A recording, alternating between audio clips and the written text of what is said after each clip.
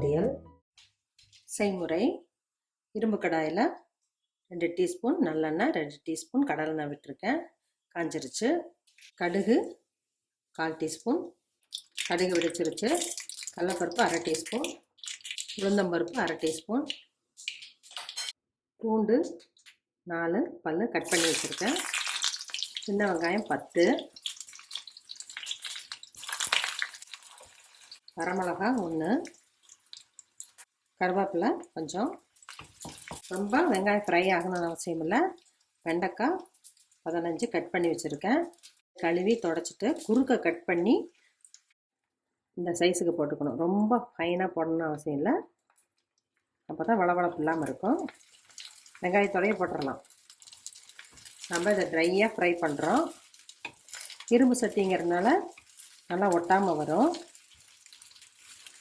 ஒரு 2 நிமிஷம் ஃப்ரை ஆகட்டும்.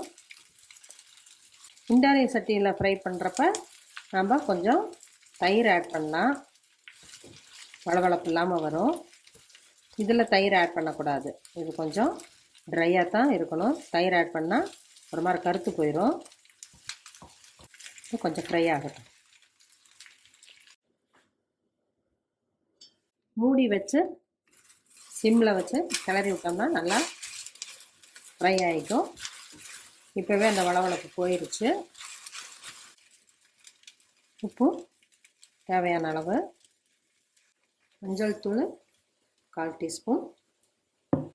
சாம்பார் தூள் குழந்தைங்க சாப்பிட்றதா இருந்தால் கொஞ்சமாக போட்டுக்கலாம்.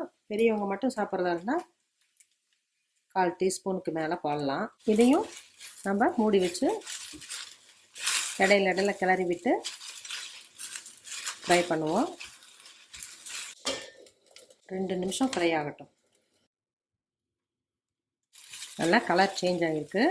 நல்லா ஃப்ரை ஆகிருச்சு.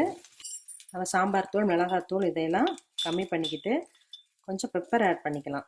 இது உடம்புக்கும் நல்லது. 2 டீஸ்பூன் தேங்காய் துருவல் போட்டு 1 நிமிஷம் ஃப்ரை ஆனோன்னா ஆஃப் பண்ணிடலாம். இப்போ பாருங்கள், ஒட்டவே இல்லை. வெண்டைக்காயும் நல்லா ஃப்ரை ஆகிருச்சு.